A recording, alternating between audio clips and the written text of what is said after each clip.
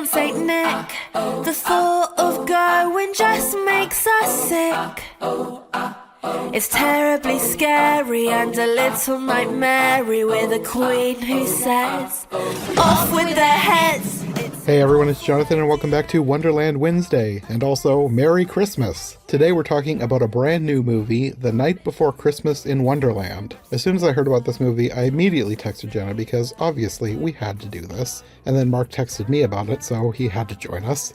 The weird thing was, between the time I texted Jenna and the time that the first trailer dropped, we'd heard nothing about this movie, and I'd actually completely forgotten that this was even coming out. Like, I was already deep into planning for Christmas. I think I'd even recorded most of my episodes for this month when the first trailer dropped, and the movie was coming, like, imminently. There was no promotion, no hype, and all the information available online was basically non-existent. And we've now recorded like a month ago. The folder of my computer is literally dated November 25th. And since then, I've still heard basically nothing about this movie. Is anyone out there even aware it exists? I know some in the Alice in Wonderland community are, because they keep their ear to the ground for any scrap of Wonderlandian information. But even then, Jenna hadn't heard about it. So for the general public, I feel like this one has gone under the radar. The Night Before Christmas in Wonderland is a British film starring Gerard Butler and Emilia Clarke. It's a 2D animated film that went directly to streaming, so if you haven't seen it yet, now is the perfect time. It's literally Christmas. I actually planned for this to drop at midnight on Christmas so that this would release on the night before Christmas. Yes, I'm a nerd, but also Christmas was on a Wednesday this year, and this is Wonderland Wednesday, so it was too perfect. I had to do it. Don't you know that everything will go as planned? 'Cause they're all mad in Wonderland. If you ever get there, then you'll understand. It's a topsy-turvy world in Wonderland. You know me, like I usually follow like animation news and stuff like that, but like I don't think I knew this was coming out, or if I had heard about it before, I completely forgot about it until like the week before it came out, or whenever I messaged you, Jonathan, about it. That was Uh-huh. like when I first knew about it. I saw one article months ago that had like Mhm. one picture, and Okay. I think I sent it to Jenna just because it's Alice in Yeah. Wonderland. Yeah. Mm, But thank you. that was the only thing I'd seen of it. Yeah, I didn't see anything about it until you messaged me again that it was going to be released. I was like, oh, that's weird. I thought I would have seen like something on my Mhm. related news sources, but Hmm. It was really something like serendipitous for me because either the day or two before I found out about this, I follow one of my friends. She has a Disney blog as well. She is reviewing all the Disney movies, and she reviewed Return to Oz. And there's a oh, scene I think where Santa Claus is in the background, and I kind of made a joke about in the comments about, oh, Santa Claus, like he goes to Narnia, he goes to Oz, oh, he probably goes to Wonderland for all I know. And then I find out about this movie. It's like, oh my gosh, someone was reading my mind. wait, he's in Return to Oz? I think he's like in the background, like a background character or something, That's weird. if I remember correctly. But All right. it was something related to Santa Claus in her review, and I made that joke. Uh, So I had to just tell her about it as well once I found out about it. I assume it must be in the scene with all the Easter eggs to other Oz books. It's such a crowded scene, it's hard to see anybody in there. Yeah, it's been a while since I've seen the film. Yeah. I remember loving it. Oh, I love Return to Oz. It's one of my Mhm. favorite movies. I know Al Frankenbaum wrote a book about Santa Claus, but I've never read it. Oh yeah, you did. Hmm. Yeah. So it would have been a bomb reference as well to have him in there. Yeah. I don't know if he's ever been in. I actually have not read all 14 Bomb Oz books, so I don't know if Santa ever makes an appearance. I'm sure he's mentioned. It's on my to-do list one day. I should one day, but I don't know. It's harder. It's kind of hard to read the Oz books, but we're getting off track. Yeah, Alice. Alice. Yeah. So Lewis Carroll was a very, very big like Christian. That's a bit of understatement. Mhm. He's ever wrote Santa in Wonderland before, so the most he's done is like Christmas greetings to a child, which was like a oh wait no yeah there was Christmas greetings, kind of like an extra poem before Alice and some in a book I guess, but other than that I don't really think there's any relation. Mhm. I think this author just likes Wonderland, just thought to combine the two. Yeah, I didn't realize this was actually based on a book, so it like a children's book. Yeah, I haven't read it. Maybe I should have. I thought about it, but I looked it up and it was like $25, and I didn't really want to spend $25 on a book that I would read once. And maybe you'd have loved it and read it every night. I I do actually collect children's books, so it wouldn't have been, yeah, I should have thought of maybe getting it, but I didn't. Nice. Yeah. Do you collect like special editions or just I what are collect any? children's books just in general because Nice. I like the idea of just having I love children's literature in general. I love picture Yeah. books. Mhm. So yeah, I'm surprised I didn't think it. Oh, that's interesting. Alice's design is very different in the In the picture book. book. Mm. Yeah, she's white for one. Yeah, And I'm pretty sure they just changed that for the yeah, this movie. as long as we're talking about that, maybe we should mention maybe we should talk about the art style and designs. So almost immediately, I feel like in this movie you could tell it's based off a children's book, at least for me, because it's very like children's book illustration style. Hmm. Yeah. Um, and I love this kind of I've always kind of wished that animated movies could look like children's books because so many children's picture books have this beautiful, like intricate art style that doesn't translate usually to animation because it'd be too difficult to do that. Hmm. Hmm. Um, this one they finally did it, so that's cool. No, yeah, definitely. If you pause to frame, you would think it's artwork, Yeah. so good on them. I do want to say, on the other hand, it does have a little bit of uncanniness to it sometimes for me. Like Uncanny Valley. Yeah, because I don't know if it's just my brain going like this is normally what a children's picture book looks like. Hmm. It's kind of weird to see it moving. Or maybe it's because these designs aren't really meant to be moving. I don't know. I just a bit of it looks off sometimes, especially the reindeer for me. Well, you can tell that they were built in, it's like it's computer animation, but it's like 2D computer animation. It's not hand drawn. I mean, it's Yeah. probably started as hand drawn, but Oh no, it's digital. Yeah. it's basically like Okay, I wasn't sure about that. Yeah. uh, Yeah. I'm pretty sure it's basically like digital puppets. Like Yeah. each, like the leg moves, like it's a thing in the computer. You move the leg and you move the arm, and each part of the character is a part of this digital puppet that they use to move. Yeah. So I think that might probably be what your brain was probably noticing the way it was moving, because it's not perfect sometimes. Yeah. That's the vibe I was getting too, like puppet, like I was thinking like shadow puppets or like pop-up It is picture kind of books. like that. Hmm. Like digital puppet. Yeah. Digital paper puppet would be a good way to describe it. Yeah, this would be impossible to like actually hand draw and traditionally animate. Yeah. So I mean, good for them. It looks really nice and it's very unique. I haven't seen it done yet. I really liked it. Yeah, maybe it has been done. I haven't seen it done yet. So if anyone who's listening who hasn't watched it yet, I actually kind of recommend checking it out on that alone if you're interested in that.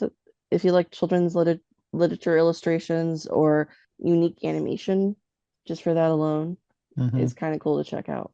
Yeah, I really like the style of this, especially like a lot of animated films nowadays, especially like full-on CGI ones, I feel are just they just have like a generic look about them and Yeah, nothing stands out. Like I recently just watched the movie Spellbound, which is a bit of a mixed bag, but one thing I didn't like about it was the animation just seemed very just plain and generic and unfascinating and compared to like this had a unique art style, this had a unique movement to the characters, it had a unique color scheme and all that. Like I really enjoyed that. thinking about, I haven't watched Spellbound, but when I saw like pictures of it, and I've seen like um articles saying essentially it's supposed to be a competitor to Disney in some way. But I saw pictures of it and I was just like, is it really though? It doesn't look great. What did they say, a competitor to Disney? Or something like people who Mm. used to work on Disney worked on it or something. Yeah, John Lasseter is like in Yeah, charge of this new Skydance animation studio. yeah. And I'm like, it doesn't, I don't know, the pictures just didn't look very good. Yeah, that's kind of their style, at least for this movie, but Yeah, it's only the second movie, so we'll see how they go in the future. yeah. But anyway, this one, unique style. So they got that going for them.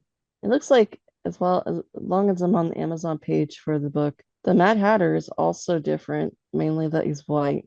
And his colors are different. They're like red, more Christmassy. I wonder why they changed that because I had just assumed, like, I didn't look into the book. I just saw the cover, I think. I just assumed that it was a one for one, like they just took the illustrations from the book See, and turned them into animated yeah, characters. Well, I think it's because they got a lot of Indian and Pakistani actors to play the roles, so they probably changed their ethnicity of the characters to match them I was oh kind of voices. yeah. wondering if they changed the character to match the voice. I'm pretty Well, sure that's what UK is happened. also very diverse. Oh Um, yeah, there's a heavy yeah, South DC population up there. And yeah. that's what I wondered. Like, I wondered if it was like an open casting, and then once they got the people they got, they changed the characters to look a little bit more like the voice. Yeah, it wouldn't surprise me. I think it's more deliberate. My assumption would be because like looking at this, there's absolutely no one originally not white in the original character designs except for an elf on the cover. Hmm. And I don't know, in the modern day and age, that's not great. So Hmm. I could see why they probably wanted to introduce more diversity. And I think it's fine because we got is this the first animated like Alice of Color? Uh, Maybe at least that I know of. I've been kind of out of the game for a little bit, but it's good to, it's good to see diversity. And I'm okay with that. Not everyone needs to be white. I can't think of another one right off the top of my head. I think there's a live action one, but that's technically not really an Alice. I'm not counting Alice's that are made in different countries, because definitely those would be Alice's of color, but I was um thinking of like animated ones. yeah. Oh, no. The only one I could really think of live action wise, and that one wasn't really in Alice because it was like a strange merge story of Peter and Alice being siblings. And I actually I didn't watch it. Is that the Come Away Peter, movie that Angelina Oh Jolie yeah, I made? still haven't watched yeah, that one. Yeah, I haven't seen it either. yeah. I don't remember it, but they're both of color. I forgot what the name is. Oh well, that's the only one I could think of right now. Uh, and besides theatrical productions have done it, but I haven't. I don't think any animated ones have done it yet. Yeah, I can't think either, but you guys know more about it than me. You've seen it way more Alice's than I do, than I have. Yeah, there's also. I don't think there's been one that's like a direct adaptation of the actual book. If I'm wrong, I'm wrong, but I don't think that's happened yet. And this one's still not that either. It's it's still a derivative, but it's nice. Like why not? Go ahead. If anything, to be honest, the way she looks in the movie is a little bit cuter. I like her dressed a little bit more in the book, but she's cuter in the movie, so that works out too. I was just looking at the cover, and I think the designs in the movie are a little bit better than the cover. Yeah, I most of these designs are just copied from the book, it looks like. Um, What about the I don't know. March Hare? The March Hare is copied from the book. If you look at the He's preview the tallest one page, I've ever seen. yeah, he's very tall. Yeah. Um, That was my immediate thought. Also, his face looks like a horse. yeah, I don't really like his design, to be honest. I didn't either. Yeah, If I had to pick one design I didn't like, it would be him too. Yeah. yeah. I mean, it's different. I Um, suppose maybe they did it that way because hares are technically a lot bigger than rabbits. So maybe that's Mm. why they did that. But it just still seems weird to have him towering over the Mad Hatter. yeah. Looks like the one in the book is more inspired by the original book too. He has more of like a big nose. I guess the Hatter in the movie was okay. To be honest, I kind of dig the red coat design a bit more from the book. I didn't like his hat, like his teapot hat thing. It just doesn't make any sense to me. He can't use it because it's on his head and it's upside down. So what's the point?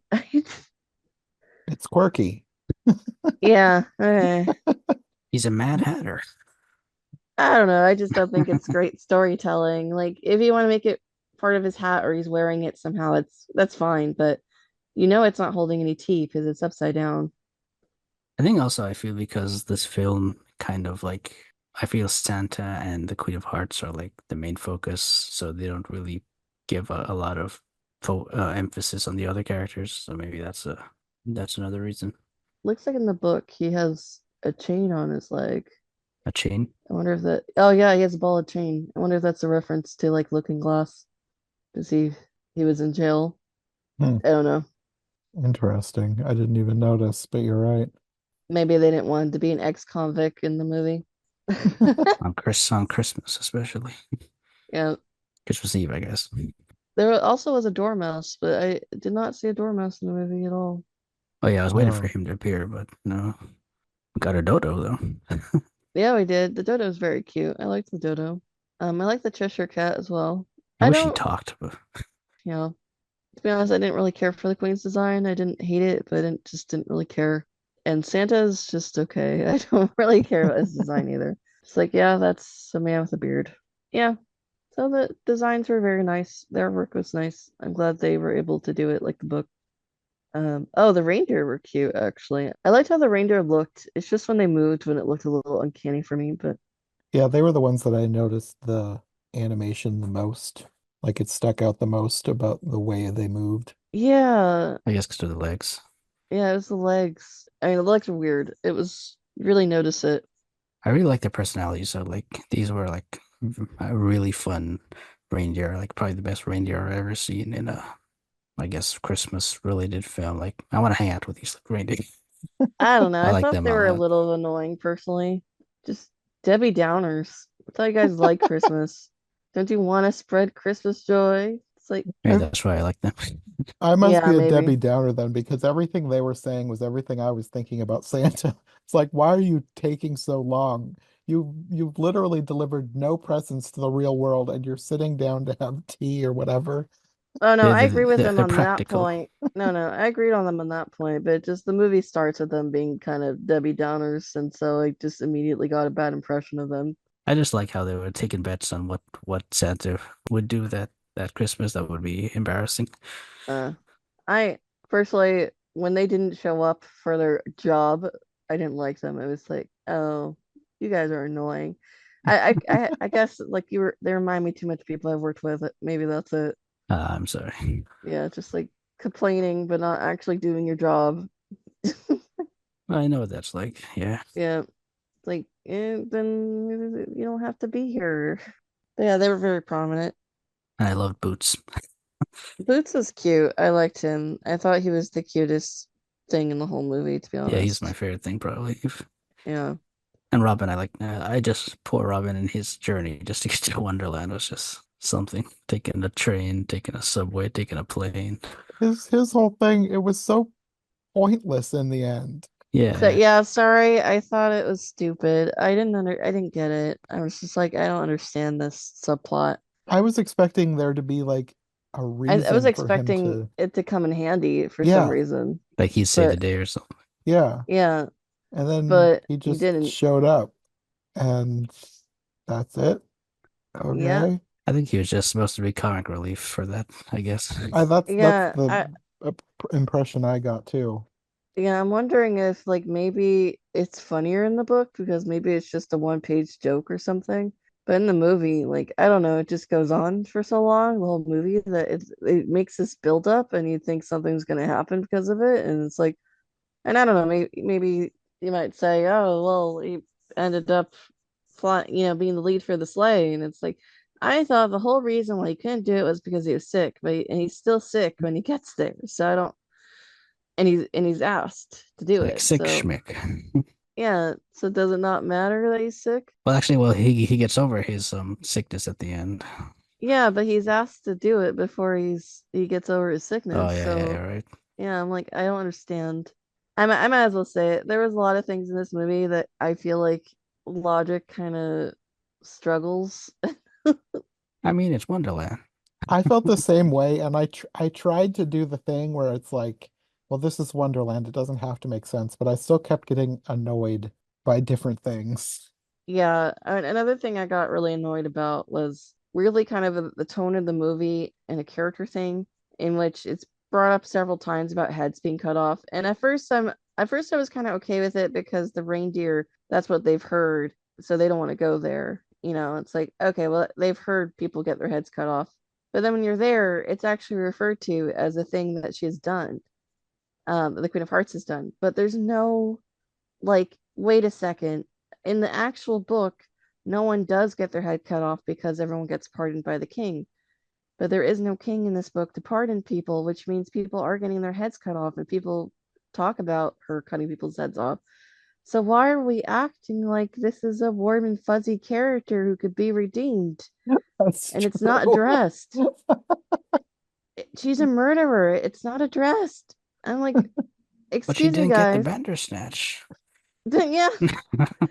Well, after being redeemed, but I'm like, excuse me, being nice like that, it does not redeem murder if she's killed people. It's not addressed. I don't understand.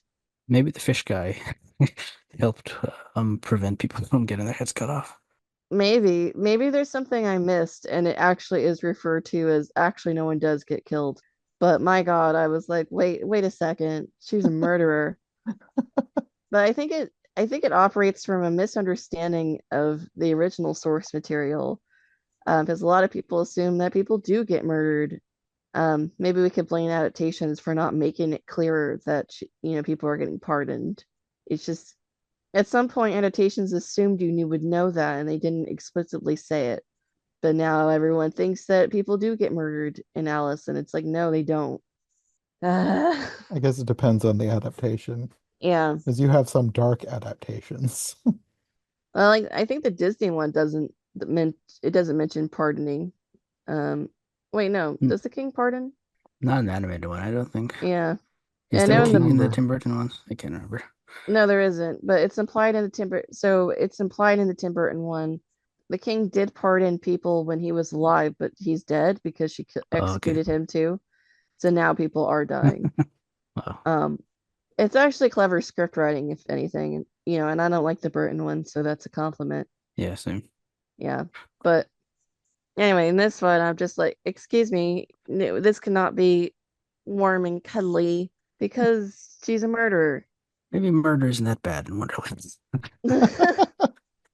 I didn't think of it in terms of the fact that she's murdering, because it didn't even cross my mind. The thing that I had the problem with is they sing a song and suddenly she's nice. And it's like, that's not how Yeah, a change of heart works. that was my problem too. I don't even believe that she had turned nice. I think she was faking it. I mean, in the song, Like the Grinch, I can more believe. I I feel like I didn't have that much of a problem with that.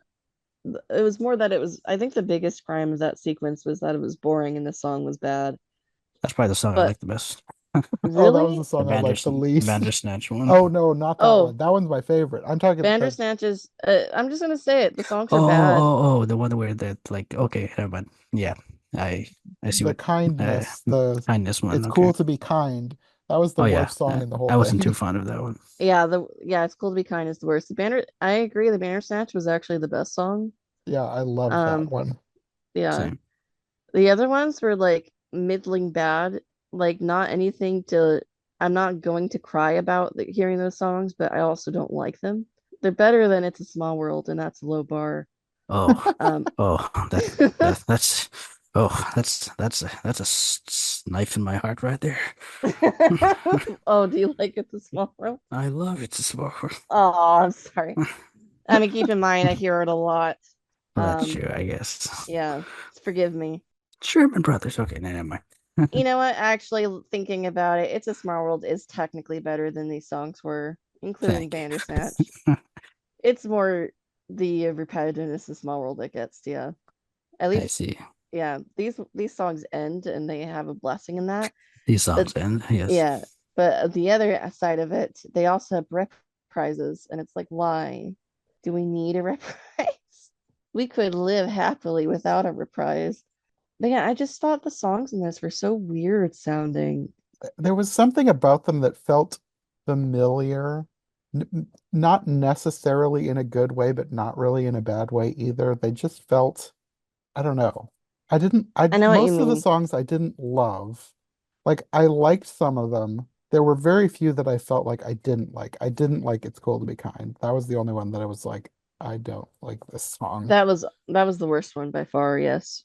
And then the Bandersnatch one, that one is my favorite. I love that song. Yeah.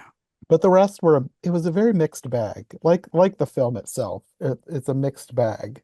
So it was composed by Guy Chambers and lyricist was Amy Wadge. I recognize those names. Amy Watch. How do you spell Watch? Wadge. I don't recognize anything Guy Chambers has done. But he's an English composer apparently. And the lyricist, she's written songs for Ed Sheeran. Great. Love Yeah. that. The first song in the Santa shop, I don't think I liked it, but I liked the flow of it more than I did the lyrics. I think I felt the same way too. It had a very good scansion to it. I think I would have liked it better if it wasn't Gerald Butler, to be honest. Are you not a fan of Phantom of the Opera with him? No. He was better than in this than he was in Phantom of the Opera. I'll give him that. He has 20, yeah, he's had 20 years to practice. That was 2004, right? I mean, yeah. Well, the secret with this was more talky, I guess. Like It was kind of like a rap Yeah, almost no, for no, a yeah, while. definitely, yeah. it was a old white man rap, and Kind of, yeah. I didn't. I don't know. Just to be honest, Gerald Butler's voice in this just kind of grated on me for some reason. I'm like, I actually really don't like him in Phantom of the Opera. So I was like, and I really love Hmm. Phantom of the Opera. So I was Yeah. like, is that it? Is it just the association of me? I just don't like his voice. And that might be it. I don't know. But I just did not like that song. I was glad when it was over. If it was sung by someone else, I don't know if I'd like it more. Some of his singing in this movie reminded me of um Jonathan and I watched the animated remake of the Albert Finney Scrooge movie that they went to Netflix, and the guy who sang in that, the main character, I forget who did the voice, but he had like this like rock musical kind of voice that was very weird and seemed out of place, and that was kind of what Santa Claus is singing in this movie reminded me of as well. I just found an article about Gerald Butler talking about being in this movie after 20 years of not seeing a movie since Phantom of the Opera. Oh, nice. Let's see if he says anything interesting. Yeah, I did this for my kids. I didn't mind his voice overall as a speaking voice. I also didn't like his speak. It might just be me. It's probably me. It was probably fine. I just didn't like him. I don't think there was anyone in this cast that felt wrong to me. I thought everybody did fine. I liked everyone's performances. I think I liked this more than you guys did overall, but even the voice acting I really enjoyed generally. Okay, so I got some interesting quotes from this interview now. Oh, let's hear it. The interviewer said, "It's been literally 20 years since a lot of people heard you sing last. Phantom of the Opera was 2004. Was there a reason there was such a long break? Were you staying away from this for any reason?" And Gerard Butler said, "No, not particularly. I do remember when Andrew Lloyd Webber was talking to me about playing the role of Phantom, and he said, 'Now this is going to very much change your career. Your career is going to become much more musical.'" Ah, I remember one going, "This is amazing. I'm going to get to play the Phantom," but also going, "I don't think it's going to change my career that much. I'm going to stick foremost with acting." That's not to say I don't regret sometimes I didn't do more musicals, but I have to say, doing this, I forgot how much fun it is, especially if it's something as fun as this. The music here was so great, and Guy Chambers, the composer that did all Robbie Williams albums, is amazing. The song that I was singing, the lyrics, all great. It was really fun to be dancing in a booth and recording these lyrics and singing, and it did make me think. Sonia Jones was such a great coach, and she kept going, "I can't believe you don't sing. I love listening to you sing. You've got to sing more." I did say that I was going to take it up again. Maybe I will, so that if another musical does come along, I'm a little less rusty. if I'm not mistaken, in How to Train Your Dragon 2, I think he sings briefly as his character. Like he sings like a folk song from the movie in a brief scene, if I'm not mistaken. I was thinking that too, but it's been so long Hmm. since I've seen any of those movies, I can't remember. Hmm. So if so, that was 10 years ago then. Yeah. Well, he doesn't sing very often. Yeah. There's another point about the movie. The whole thing is in rhyme, like for most of Oh, it. yeah. And I don't know about you guys, but it really started wearing on me like after 20 minutes. I kind of felt the same way. I was like, there's a reason why most movies don't do this, and this is why it just starts getting annoying. I was hoping they were going to get out of that after Santa got depressed and stopped rhyming, but then a few minutes later he was back to rhyming. I was like, oh well. Well, everybody else was still rhyming. Yeah. I'm the opposite. I actually like that. Aw. I enjoyed. I've always wanted to see something that was fully in rhyme. So it's that the fact they were attempting this, I was like, oh, kudos. What annoyed me was that a lot of the rhymes were not real rhymes, and they were near rhymes. So part of me was like, oh, okay, you could have done that better. But okay, maybe they didn't pay you enough to come up with a real rhyme. But I mean, that's part of the reason why it's really hard to do a full movie yeah. in rhyme and what and I is because it's hard to rhyme. No, as the movie was going on, like part of my enjoyment was trying to guess what the rhyme would be, what the line would be that would rhyme with the previous line. So I really enjoyed that. But that's just me apparently. Well, at least someone enjoyed it. I was doing the same thing, but I don't know how much I was because I enjoyed it and more was just like, okay, well, they said this. Now, obviously, they're going to say this, and usually they did. I don't know. There's a point for me, I think, where because I guess I do that too. Everyone does that unconsciously to Mm. extent when we're watching or listening to something in rhyme. And for me, I feel like at some point I like to engage my movies a little bit more passively sometimes. So I don't know if maybe I just wasn't in the mood to do that, but I was just like, okay, I'm done with this, but it's gonna keep going. All right. I think I would have enjoyed the rhyming more if they had done it more so that it flowed better. Because a lot of the rhymes, Mhm. like I didn't even realize at first they were rhyming because everything was so spread out. Like there was big gaps in between the Yeah. lines because one person would say something and then No, I you agree. Yeah. go to someone else and they'd say something. Yeah. So it was like 5, 10 minutes in the movie before I was like, wait a minute, is are they rhyming all of the lines here? And it kept doing that through the whole thing. Like it didn't feel like a poem. It just felt like Yeah, you're right. it felt like they had the idea of like, let's make everything rhyme, and then they forced it in. Yeah, there was clunky unequalness with like how the lines were said and at the timing and all that sort of threw it off. I think I'm gonna bring up like I feel like that kind of is my point of view about the rhyming is that it feels like it goes on for too long for me, Mm. which I think is also tangent with the overall movie. I watched it all and I was like, this is really long for what story they're trying to tell. I kind of felt the same way. Yeah, like the pacing felt actually like really stretched out. I feel like you could have told this in half an hour, and that's not a bad thing. It's not bad to have something shorter. I originally thought this was like a half-hour special or something.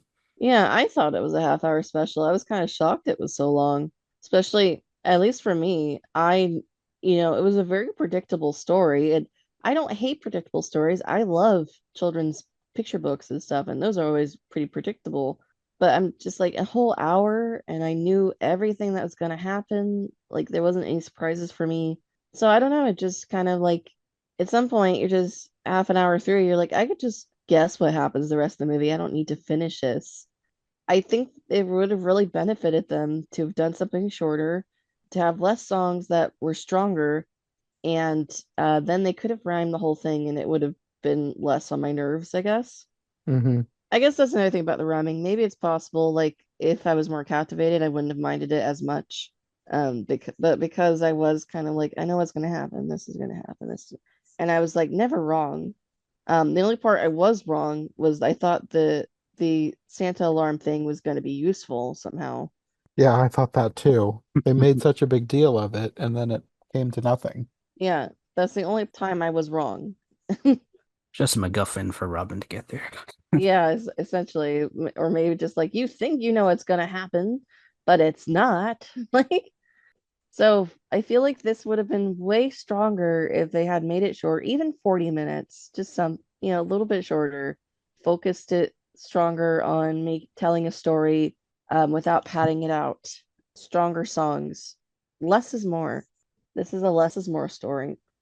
So speaking of predictability, did both of you guys guess that the Princess of Hearts who wrote the letter was actually Queen of Hearts? Yeah, I knew immediately. Oh, okay, That's I I didn't know that. didn't. I didn't. That actually that took me by surprise actually. So I was surprised by that. oh, I okay. didn't realize it until the rabbit started talking about the letter being late, and I was like, "Wait a minute, is it? Is the queen the princess?" I'm still not sure how the letter got that late, like years late. But like, how long was the caucus race? Well, I mean, he still got it delivered in time to be delivered that night. It's Exactly. more that the So address got it's ruined. just the British Postal Service to blame. I mean, it is really bad. Yeah, yeah. I guess that was the point of this story. They even called that out a bit. That's probably Exactly. one of Yeah. those jokes for the adults. And the UK audience. Yeah. It's actually a real problem. I'm not Hmm. joking. The British Postal Service has gotten really bad ever since they've gone semi public. Like I have known items not to even show up. Huh. Wow. Yeah. Is this the only Santa Claus related fiction that you guys have seen where the gift actually transforms into coal because you're bad, and if you're good, then it'll retransform back into a gift? That's the first I'd seen that. I was Yeah, wondering I've if never that seen was that a before. thing. Yeah, actually that is the first I've seen it. Hmm. Yeah. So I don't watch a ton of Santa media, so I didn't know if this is like some Santa lore that I've just never heard of, or Yeah. if that was made up for this movie. Hmm. No, I feel like it's pretty unique lore. And in general, I don't usually see Santa actually giving anybody cool in media. Not even to Oh bad yeah, that's guys or true. anything. Yeah. So like that was unique and I'll give them that. You know what? Actually, I need to take back something I said. I didn't predict that she would get coal. So that was a surprise to me. Though when she got the coal, I was kind of like, oh, it's gonna change. So When Santa left with the gift and it was so small, I was like, oh, okay, it can't be a Bandersnatch. I What thought could the it be? same thing. And then it's like a piece of coal. Oh, okay, so that's what they're doing. But then no, it turns back into Bandersnatch that somehow fit in the. It's like a Mary Poppins or Merlin well, box or it's an something. egg. It's a Oh, it's an, Bandersnatch egg. oh yeah, it was an egg. I forgot. Yeah. I Oh, so thought it was gonna be Bandersnatches come like from eggs. yeah, I thought it was gonna be a plushie and that it just looked small. Exactly. Like Yeah, yeah. it would have been the right size for her when she was a A little keychain girl. or keychain Yeah. plushie. Well, not keychain plushie. I just thought it looked small because Mm. everyone was adults, and it would have been Oh the yeah. right size when she was a little girl. But Oh okay. yeah, so that did surprise me seeing Nicole. But it makes sense for a children's picture book, I guess. Well, also all the presents, like there wasn't a whole lot of variety in the size of the presents. So I was wondering if it was supposed to be that all of the presents were going to be like bigger on the inside. Probably. Well, it looks like most like when you see Santa actually do give out presents, most of them go into stockings, and he's even looking for a stocking to put the princess's present in. Oh yeah. So you know what? I should have asked someone. Um, England or UK, do they put Santa's presents in stockings? Is that a thing? Because I feel like Not over sure. here it goes under the tree. That's how I've always seen it. Yes, in the UK, Santa's presents are traditionally put in stockings. Huh, So I guess they would have to be small enough to go in a So stocking. it's not an American interesting. thing either. They don't do stockings in America. I mean, I We know we do stockings, but it's not the presents don't go in there like presents to unwrap. It's usually like candy and stockings is maybe a like, plushie yeah, or little Oh, things. oranges. Yeah, treats. Yeah. I guess I was thinking of like how in the Grinch, like, oh, weren't there presents in the stockings that he takes down? I could be wrong. Maybe. I That is kind of a thing where I guess it's probably dependent on your family as well. Yeah, that's Mm, true. But I do feel like America is more under the Santa tree gives the kind of. presents under the tree. Oh, okay. Is it different? So it's different for your family? Oh, we don't celebrate Christmas, so I Ah, fair enough. all this is just me watching it, looking in with curiosity. Ah, okay. So that I guess that makes sense because I did notice he basically put everything in stockings. And I was kind of like, does he not give anything bigger than what could go in a stocking? That makes sense now because I didn't know that. I didn't realize that was a UK thing to just put Santa's presents in the stockings. So that makes sense with me wondering why all of the presents were so small. But if that's a true thing, then those kids in the UK only get really small gifts. Well, it's they still get presents under the tree, but Oh, those okay. are actually from the parents. And I actually feel like that's actually good, better parenting because it always kind of annoyed me as a kid. Like, why does Santa like shaft the kids who need presents, who family can't afford big presents, and but he gives a bunch of presents to the kids who can afford it? That's not fair. I didn't realize the parents were the ones in charge of presents. I didn't think about that because my family didn't believe in Santa. Like Santa was kind of like mom and dad were right from Santa on the presents, but we knew that it was for mom and dad, and it was just kind Mm, of like a joke that they were writing Santa on there. We never believed that Santa was a real thing. I mm. very much believed, but at one point I was choosing to believe because I still wanted the magic, but I kind of knew. Did you have a chimney in your house? Yeah, I do. Oh, nice. That worked out. Yeah, I never had to worry about like the Santa Claus thing. My parents did block it off the chimney at some point with a fireplace, not fireplace, with a bookcase. And I was like, how's Santa gonna get in? This wasn't covered in the Santa Claus, Santa has his way, sweetie. and essentially what they told me. Um, he'll get around it. It's like, okay, I guess. He knows when you're sleeping. He knows when the fireplace is blocked too. Yeah, he's pretty creepy looks up. Uh, Oh, he just has a lot of tech gizmo around the world. right. He had the first satellite system before anyone else. Yeah, okay. If you want creepy Santa devices, there's a movie called Santa Claus versus the Devil.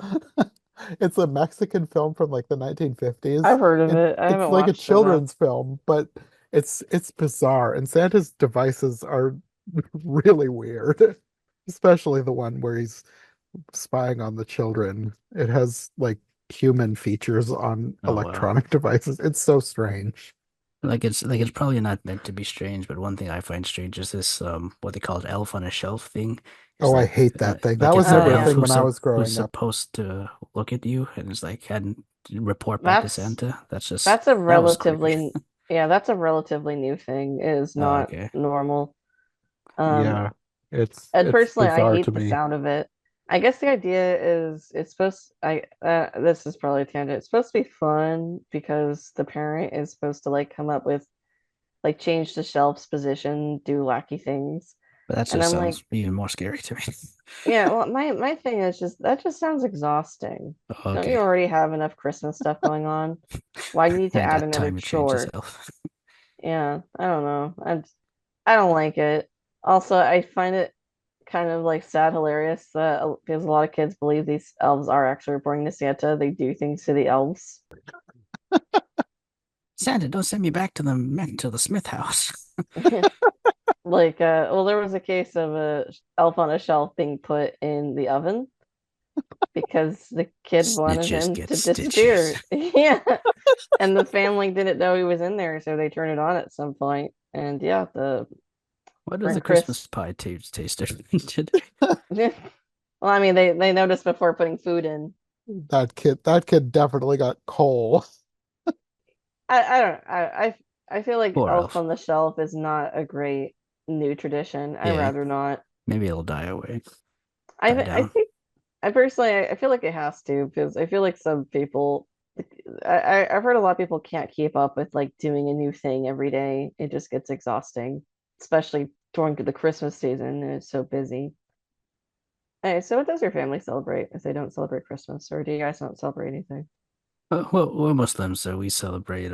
We have two holidays called Eid, which is like our Christmas. So it's our Oh, big celebration. We get our gifts and food and family time and all that. But the good thing we get two of them a year instead of one. okay, all right. Is Ramadan also a thing? Or Yeah, okay. It's not really it's a celebration. It's a month where we fast. So the first Uh, one of the two Eid holidays is the day right after Ramadan ends. So it's like a celebration after that. okay, nice. What do you guys think about the voice cast overall of this film, especially like Emilia Clarke as the Queen of Hearts? She was okay. I liked her. I didn't re I don't think if I'd have known, like I'm not too familiar with Amelia Clark to Yeah. begin with, but I don't think that if I hadn't known that in advance, I wouldn't have thought that that was her because I think she was doing a bit of a deeper voice for the Queen. Hmm. Mhm. I liked her a lot. I thought she did a good job. Yeah, I think she was probably my favorite voice of this. Hmm. No, I don't remember like thinking that much about her, to be honest. I think Hmm. the Queen just kind of annoyed me, so I was just kind of like, eh. Like what ifs. Whatevs. She's okay. No, I was saying that Simone Ashley was the first voice role that I knew about in this movie, and she voiced Alice, so I was looking forward to her. She was okay. I don't think she was anything spectacular, but she was fine. She was cute. Hmm. I don't feel like I know her from anything. I looked through her IMDb and I saw that she was one of the sisters in The New Little Mermaid, but Yeah, I don't remember the sisters from that movie. And then yeah. apparently she was in Detective Pikachu and I don't remember who she played. I think her most famous role is she does something in Bridgerton, which I haven't seen. But yeah, I just know about her as an Indian actress, and also from I've seen her in the Little Mermaid film. But yeah, it's fine that you don't remember the sisters because they're really not important in that movie at all. I remember their tails more than their faces. Nice. They had interesting tails. So yeah, I don't remember the tales. The voice actor that surprised not surprised, but like the guy who does the voice of the fish prosecutor or whatever, the voice sounded so familiar. I'm like, oh, it sounds just like I forget his name, but well, whoever the guy is, I recognize him as a, yeah, a UK comedian in the UK. And then afterwards, when I looked it up, oh, it actually was that guy. So I felt proud of myself there. I guess that correct. That was Tom Allen, and I don't Tom think I Allen. Yeah, recognized him from anything. So I just know him from like the UK comedy circuit. The Fishman was like one of the, to be honest, my boyfriend and I were watching it. It wasn't getting any laughs from us. But like when the fish footman started to walk, it made us laugh. So like, me too. yeah. What in this movie made you laugh the most? Because there was one thing in this movie that I was like screaming with laughter. That part, I can't think of anything else that made me laugh at this moment. I don't know. Share your moment. The worm with the slide whistle. Oh, okay. Oh, yeah, that got a chuckle out of me. For whatever reason, that just hit my funny bone, and I was just howling with laughter every time that thing showed up on screen. I love that little worm. Then she imprisons him after. Oh, the way she tosses him into the Yeah, cell, yeah. that made me laugh. The look on his face, the way he pulled the slide whistle. It was something that I found funny, like a lot, but I forget now what it was. It might have been something to do with Robin, but I don't remember.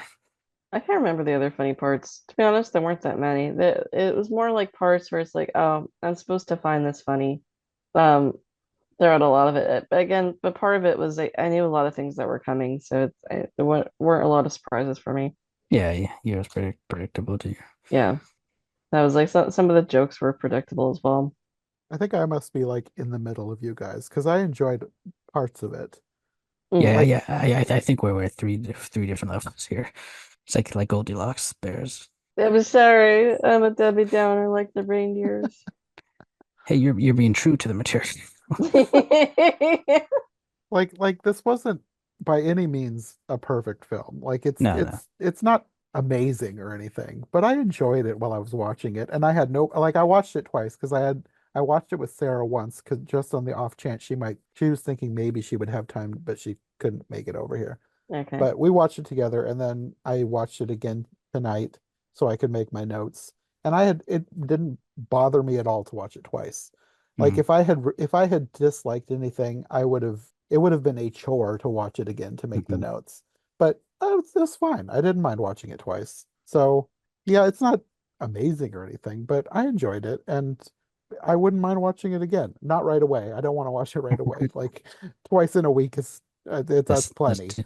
But if I watch it again next year or something, I wouldn't mind it. I think you enjoyed it more than I did, so maybe I should go just so we don't end on a negative note. Um, I that said, I don't hate this movie at all. It's not a bad movie. There is artistry in it, and I wouldn't not recommend it. And I love children's media. Mhm. Like most of what I watch is children's media, but for some, and I could tell they were trying to make. like there are parts of it that actually kind of reminded me of Avengers Wonderland, which I absolutely adore. Kind of like trying to make it the characters feel homey and I um thought you said the Avengers in Wonderland. I was like, no no that's a Marvel spin-off I haven't heard about.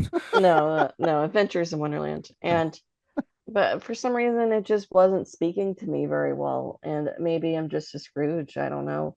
You know, it was not a bad movie, but I didn't think it was great either. And I think a big part of it is I feel like I think I would have liked it a lot more if it was a bit shorter. But anyway, so there's the negative Nancy one, and go ahead with the No, win, Mark. no, that's fair. We Yeah, respect your opinion, and yeah, yeah, I think I like this the most out of all of you guys. Well, both of you guys. I enjoyed it, fair. and I enjoyed the artistic style of it. I did like this Santa Claus. I liked the voice acting overall. I probably Amelia Clarke, like we said, was probably my favorite. Boots was probably my favorite character, along with the reindeer. Like they were the funnest reindeer ever. I enjoyed everything that they did, the charade game and everything. The side character, the Alice characters they were fine. I didn't dislike any of them. And the voice acting was was fine. It wasn't nothing like upset me. And I love Robin and his whole, trip to get to Wonderland. I didn't find it as predictable as you did, Jenna, but Hmm. I think it also because like I was so blown away by the fact that, oh, the Princess of Hearts is actually the Queen of Hearts. Like that actually got a surprise out of me because I feel I'm usually good at guessing stuff like that, but that proved me wrong. The songs were tolerable. None was really like spectacular except the Bandersnatch song, which was my favorite. The others I didn't hate any song really, but they're not very memorable. I can't tell you how most of them went right now. Um, but yeah, I could see myself watching this again multiple times if I had to. It was fine. I enjoyed it. I think the only thing I didn't like, the thing I didn't like the most was just how quickly the queen, quote unquote, turned good, which I'm up to now. I'm still a little doubtful that she did. But I think a big part of that is because so much of the movie is spent on her being awful about Christmas. Yeah. mm, I mean, she even has a very bad song about it. So when you just have a quote unquote montage song of her being good, I don't know, it rings a little hollow. mhm. Yeah. I will say I did like the little speech that she was giving right before the Bandersnatch hatched, like talking about how she knows the thing is not going to change because she's still got work to do. I was like, Hmm. yeah, that seems real. Yeah. That's a mature message there. Yeah. But then it magically changed and it was like, oh, I guess she doesn't have any more work to do. She's fixed already. That Like was it. I would have much preferred it not to change into a Bandersnatch. I don't think that's what that I don't think it means that she is fixed. Like, because Christmas, and Saint Nick sings about it earlier, is that Christmas is about including everyone, not excluding them. It's more about having the right spirit and wanting to be kind and, knowing you're not perfect because no one's perfect. Like, kids aren't perfect, Uh-huh. but they get presents. So it's more that her spirit changes, not that she's like necessarily fixed and a good person now. It's more that she wants to be a good person. Like she's made a decision that she's gonna try to work She's on made a that. decision that she was wrong, and she wants to be kind. And that's why the present changes, not because she has actually solved all her problems. Because, like, think about it. She's ruined Christmas for Wonderlandians for years, and she's literally killed people. Um, Back to that again. like, yeah, you can't really redeem that. So it's more that her spirit about Christmas and being kind in general has changed. I guess that makes sense. Yeah, at least that's the way I interpret it. Because it wasn't until she started talking about like how much she needed to change and that she realized she was wrong. It wasn't until she did that that it did change. Otherwise, it would have changed before she said that. That's true. Yeah. Okay, you've convinced me to like it more. Yeah, you're the person who didn't like the movie that much. Convinced you to like it Yeah, more. you're doing God's work, Jen. Yeah. Figuratively. I I agree. It's like again, it's not a bad movie. I can agree with that in principle. I just think it would have been stronger. I bet it's a really strong picture book. I kind of want to get it now. I think I would like the picture book more, but Let us know how it is if you get it. Yeah, maybe I will. I might as well. It's Alice and children's picture book, which I collect both, so why Yeah. not? Yeah, two for one. I think the only other different thing I saw in this was the mushrooms being apple shrooms. I never seen that before. Not even Oh yeah, sure that was if that was just made oh, up for this. it was. Yeah, I Okay. actually forgot about that. Yeah, it was unusual. I've never seen Apple in anything Wonderland related. I did kind of wonder if it was kind of a, hey kids, don't eat random mushrooms. Like this is actually fantastical. You can't get it. Oh, Maybe maybe. Yeah, anti-drug thing, maybe. yeah, this is not a real thing, so you can't get this. That makes sense. That's Yeah. probably the thought behind it. Well, and it just adds to it being more fantastical that there's stuff we don't have. Yeah. Do you guys know of any other adaptations where in the maze they actually have doors that lead to like different dimensions or whatever? Oh no. Actually, I dare say there's actually not a lot of adaptations where you actually. So okay, maces are never in the book. This is Okay. something adaptations did. Hmm. And even in adaptations, you normally don't really see the inside of mazes in a lot of adaptations. You see a little bit of it, or it's in the Hmm. background. So I will say that was pretty unique for an Alice adaptation to like actually be in the maze and to see these like TARDIS doors in a sense. So, that was unique. Yeah, because I was like, I never seen that before. No, I I hadn't try to either. think if there's anything else unique from an Alice perspective. Well, she met Santa Claus. Oh, yeah. The Cheshire Cat being the Queen's cat, that's not a thing. Yeah, that was unusual. The cat is essentially the queen's pet in this. And yeah, I can't think of another Alice adaptation where that happens. Also pretty rare to have him mute like a cat Yeah. as well. Usually he talks. Yeah, I was expecting him to say something or to have a Yeah. voice. He doesn't need a voice. He has body language. He's Um, the Ursula cat. he's a chunky boy. I like him. Maybe I will say I liked how they did him, but at the same time, he wasn't really that unique for a cat, like a Cheshire cat. That's true, yeah. Yeah, if anything, he was unique in the sense of that he didn't talk and he wasn't strangely colored. He just disappeared. He just looked like an ordinary cat. Yeah. Yeah, the only thing Cheshire about him was his invisibility act. Yeah, that was kind of weird to be honest. I didn't hate it though. I also didn't hate him being a villain essentially because I feel like a Cheshire cat is kind of villainous sometimes. He likes chaos, but I think the thing that felt off was that he was aligned with the Queen. Because normally, when you think of the Cheshire Cat, even when he's not being quote unquote nice, he's not on the Queen's side. Like, he never Yeah. Hmm. really likes the Queen. Yeah, I would say that's the only thing that is really off about the Cheshire Cat is that he's too aligned with somebody. Yeah. But other than that, also I thought it was kind of like mean of the queen to be like, I want a pet. I want a Bandersnatch. And it's just like, I'm your pet. That did make me What am laugh. I, chop liver? The cat's face when she was talking about wanting a Bandersnatch pet, Hmm. and then he just kind of glared and disappeared. Yeah. Like rude. You do have a pet. He's right there. Also, I liked her suggestion of Lady Butterspot for the Bandersnatch's name. That made me laugh. Yeah, it's oh yeah, we didn't talk about the Bandersnatch. It's cute. And he flies. Yeah. I would also say the princess character is cute as well. Yeah. I thought it was unique. She was in a yellow night dress instead of pink or red. She didn't turn red with anger yet. I guess, even though she's the Princess of Hearts. Yeah. She hadn't been betrayed by Santa yet, so Yeah. And I also thought it was unique in the sense of like she was the Bandersnatch because she feels lonely. That said, Hmm. I'm like, girl, you're an adult now and you have a cat who like does your bidding. Get it together. You have a friend now. But it's not a Bandersnatch. Yeah, Nothing frumious about it either. I guess so. Well, then Bandersnatchers are not mammals because they come from eggs. well, some mammals lay eggs, platypus, echidna, Well, other okay. extinct things. Yeah, I guess I wasn't considered monotremes as mammals, but okay, you're right. The Bandersnatch, I guess, is a monotreme. There we go.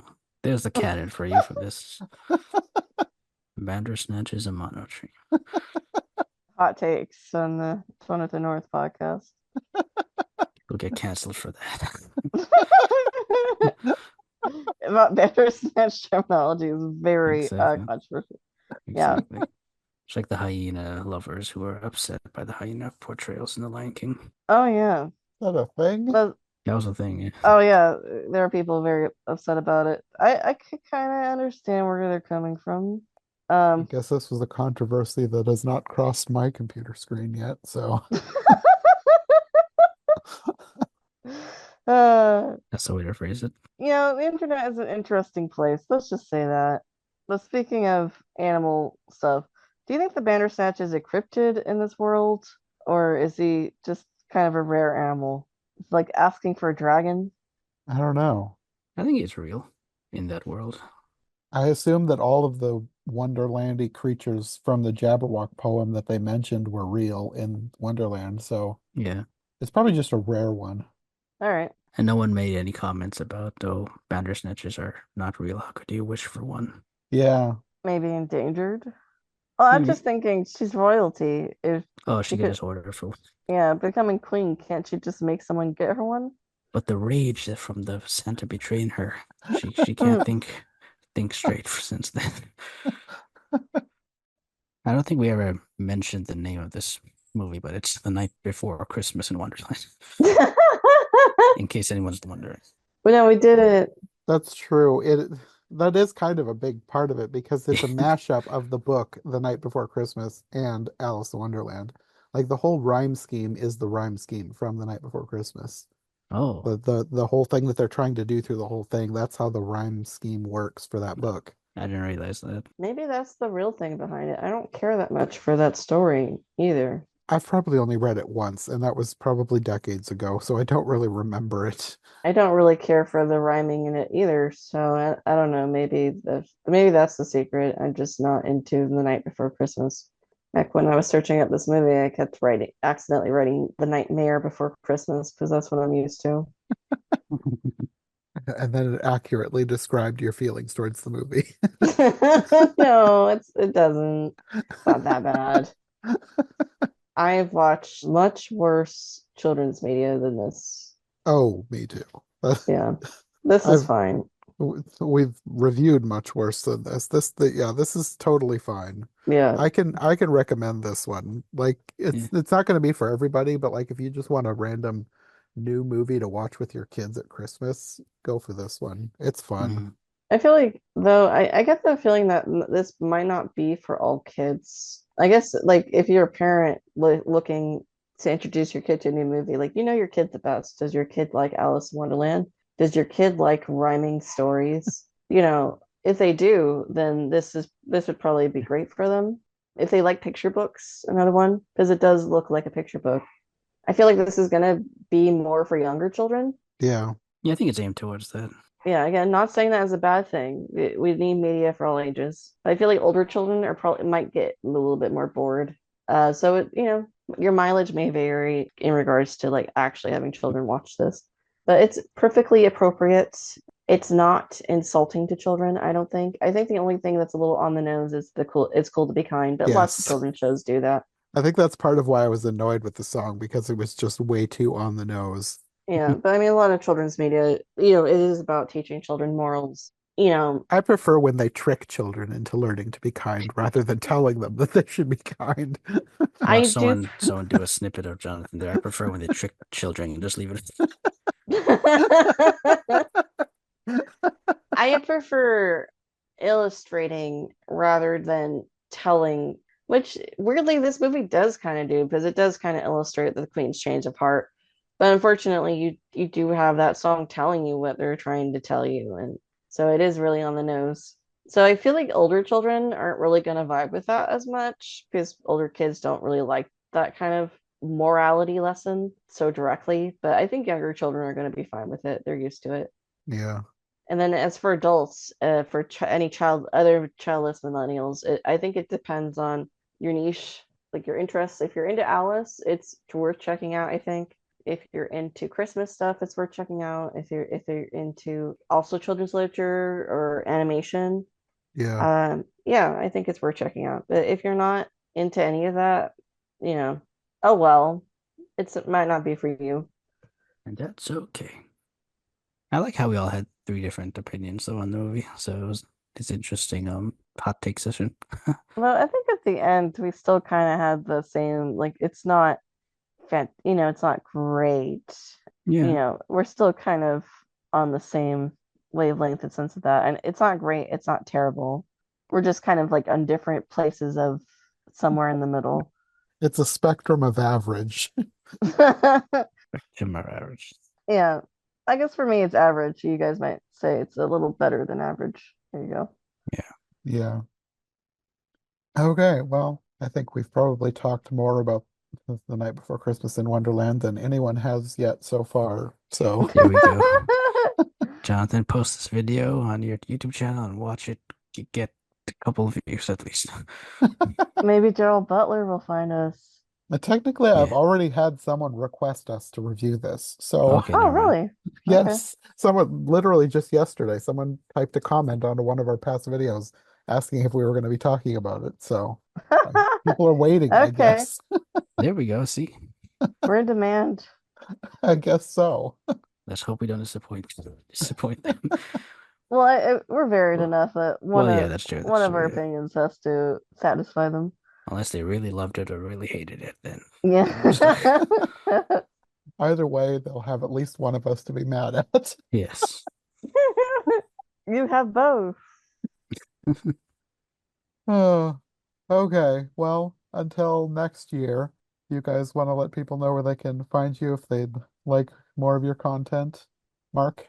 Yeah, sure. Thanks for having me on again. I have 2 blogs. You can check out one of them at theanimationcombination.com. This is where I have my animation film reviews, top 13 lists, and the Who Wants to Be a Millionaire Animation Edition game show that I run.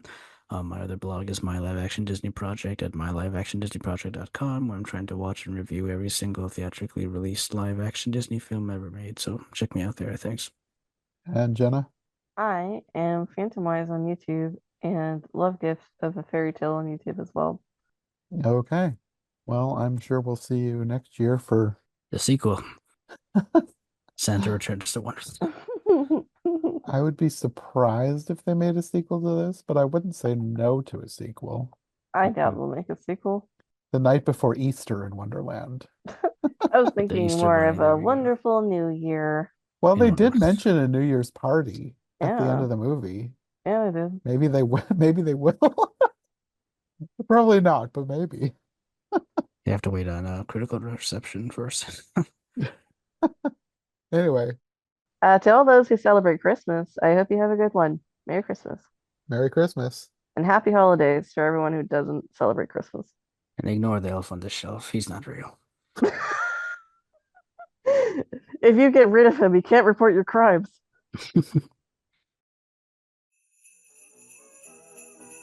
Thanks for listening to Wonderland Wednesday. If you enjoyed this episode, make sure to subscribe and follow my co-hosts as well. My link tree and all of our links will be in the description below. If you want more of my content, all my podcasts are available on YouTube as well as most podcast platforms. If you enjoyed this show, check out one of the other podcasts or check out my Patreon for bonus and extended episodes you won't find anywhere else. We'll be back soon with another brand new episode, so thanks for listening and we'll see you next time.